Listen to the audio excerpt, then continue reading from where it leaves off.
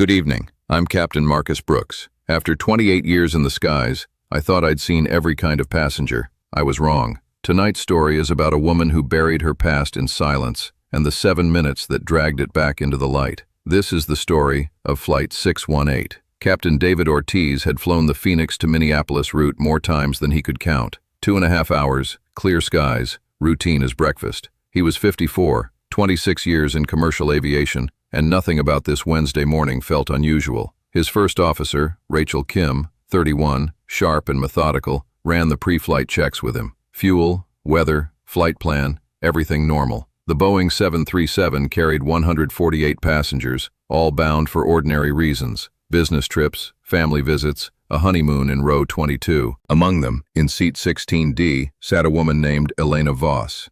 Plain navy sweater, hair in a simple braid, a small leather journal in her lap. She spoke to no one. She wrote a few lines, closed the journal, and looked out the window. To everyone around her, Elena Voss was invisible in the way careful people learn to be invisible. What none of them knew, 11 years earlier, Elena had flown A-10 Warthogs for the United States Air Force, 2 combat tours, over 150 close air support missions. She'd once brought a battle-damaged aircraft home on a single functioning control surface, earning a call sign among her squadron that she hadn't spoken aloud in over a decade: Anchor, because no matter how bad things got, she never let go. She'd left the service after a mission that never made the official reports, one that cost her a friend and nearly cost her the aircraft. She didn't fly anymore. She worked quietly now as a structural inspector for a regional airline, the same kind of aircraft she now sat inside, though nobody on this plane knew that either. She liked her life small. She liked being no one in particular. The flight took off at 9:10 a.m. under a clear sky.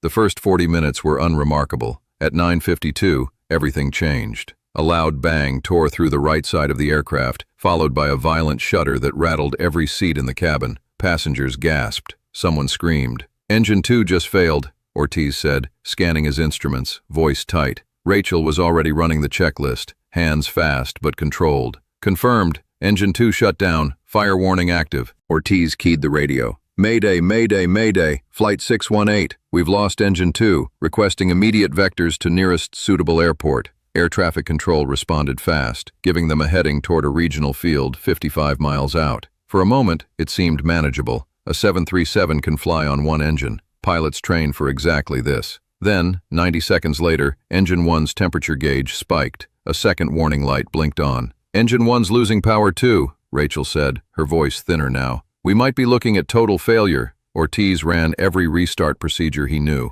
Nothing responded. Within a minute, Engine 1 shut down completely. The cabin went eerily silent, the familiar roar replaced by nothing but rushing wind. They were gliding at 29,000 feet with 0 engines. "Mayday, mayday, dual engine failure, both engines out, gliding, need nearest possible landing site immediately." The controller's voice came back, audibly rattled. "Copy, Flight 618, stand by, we're calculating options." Inside the cockpit, the math was brutal. Standard glide calculations gave them roughly 38 miles of range. The nearest airport was 52 miles away. Even in the best case, they'd fall short by more than a dozen miles, likely coming down in open farmland with no clear strip to land on. In the cabin, passengers understood something was deeply wrong. Flight attendants moved fast, checking seatbelts, reciting brace positions. Some people cried, some called loved ones with shaking hands. Elena Voss sat still, hands calm in her lap, her mind working the exact way it used to work in a damaged cockpit over hostile terrain. She listened to the absence of engine noise. She watched the angle of the wings. She understood, faster than almost anyone around her, exactly how much trouble they were in. For a long moment, she almost stayed seated. She'd left that life behind for a reason. Coming forward meant giving up the only thing she had left: anonymity. Once people knew who she'd been, she could never go back to being no one in particular. But then she looked around the cabin. A teenage boy gripping his armrest white-knuckled, an older man praying quietly, eyes shut, a young mother holding her toddler tighter, whispering promises she couldn't be sure she could keep. Elena understood, in that instant, that her need for privacy meant nothing next to the lives sitting around her. She unbuckled her seatbelt and stood. A flight attendant hurried toward her. "Ma'am, please, we need everyone seated." "I flew A-10s for the Air Force," Elena said, quiet but firm. "I have experience with total power loss emergency landings. I need to speak to the pilots. It could save this flight." The attendant hesitated only a second before leading her to the cockpit door. Rachel opened it, startled. "This passenger says she has military flying experience," the attendant said quickly. "She wants to help." Ortiz turned, frustration and disbelief plain on his face. "We don't have time for this." "Sir," Elena said, steady, "I flew combat missions for 8 years. I've brought back an aircraft with critical damage before. I know how to manage a glide using terrain and wind. Give me 30 seconds. Something in her voice, utterly without panic, made Ortiz pause. He looked back at his instruments, at numbers that told him they'd come up short, no matter what standard procedure dictated. He had nothing left to lose. "Talk fast."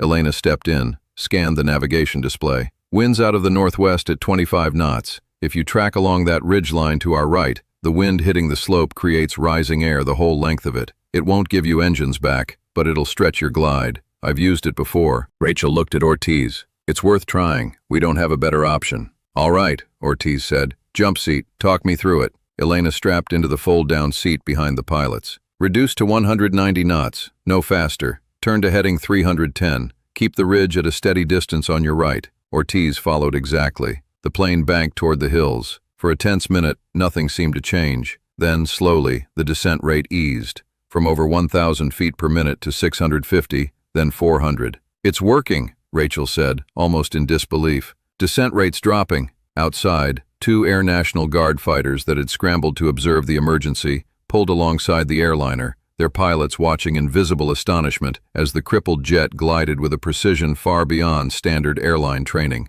One pilot, call sign Reaper, keyed his radio. "Flight 618, this is Reaper. Confirm who's providing guidance in your cockpit. That flying isn't standard procedure." Elena hesitated. There was no more reason to hide. She took the radio. "Reaper, this is Elena Voss, former Air Force. Call sign Anchor." A pause. Then Reaper's voice came back, edged with disbelief. "Anchor, confirm your call sign?" "Confirmed. I trained under pilots who flew with you. They still talk about the landing you brought home over the Hindu Kush. A beat. If you're in that cockpit, they're in good hands. I'll relay to ground control." With the extra distance the ridge lift bought them, Elena calculated that a small regional airstrip, closer than the original diversion airport, was now within reach. She guided Ortiz through the approach, when to drop the gear, when to extend flaps, how to manage airspeed with 0 engine power behind him. The final minutes stretched taut. The runway came into view, cracked, narrow, never built for a jet this size, but long enough if the approach was precise. "Hold your speed," Elena said, steady the whole way down. "Don't go below 140 knots until you cross the threshold, then ease it down." Ortiz brought the plane in low, following every word. The wheels hit hard but true. He slammed the brakes, raised the spoilers, and the aircraft shuddered and screamed down the short strip, speed bleeding away, until, with barely 100 feet of runway left, it stopped. Silence. Then the cabin erupted. Sobbing, prayers, disbelief. Ortiz turned to Elena. "You just saved every person on this plane. You flew it," she said quietly. "I just told you where the air would help." Emergency crews arrived within minutes. All 148 passengers evacuated safely, a handful of minor injuries from the hard landing. Investigators later traced the failure to a contaminated batch of fuel loaded that morning at the departure airport. A maintenance error, not sabotage, but one that could have been just as fatal without Elena's intervention. News of the landing spread fast. Reporters wanted to know who the quiet woman in 16D really was. Elena tried at first to stay out of it, but the story found her anyway. She'd left the Air Force after raising safety concerns about a maintenance shortcut that a senior officer had waved off, concerns that turned out to be valid, though not until after a friend of hers was hurt in a preventable incident. She'd never spoken about it publicly. Now, with cameras finally listening, she did. "I didn't plan to say anything that day," she told one reporter.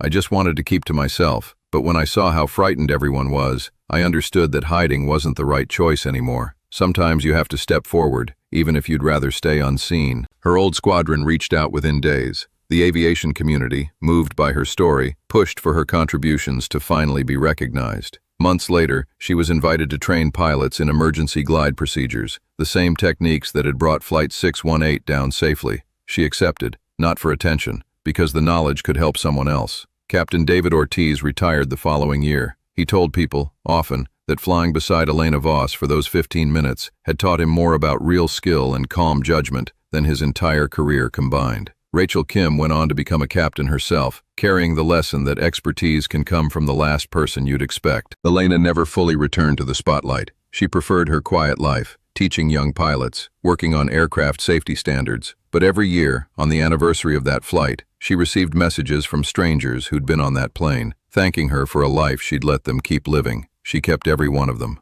That's the story of Flight 618. Elena Voss spent a decade trying to disappear. It took losing both engines at 29,000 feet to remind her that some things, no matter how carefully you bury them, are worth bringing back into the light when it matters. At 35,000 feet, everyone wears the same seatbelt, but some people are carrying skills and quiet sacrifices that the rest of us will never know about until the moment they're needed most. If this story moved you, hit subscribe. There's always another flight, and always someone extraordinary sitting quietly in a window seat.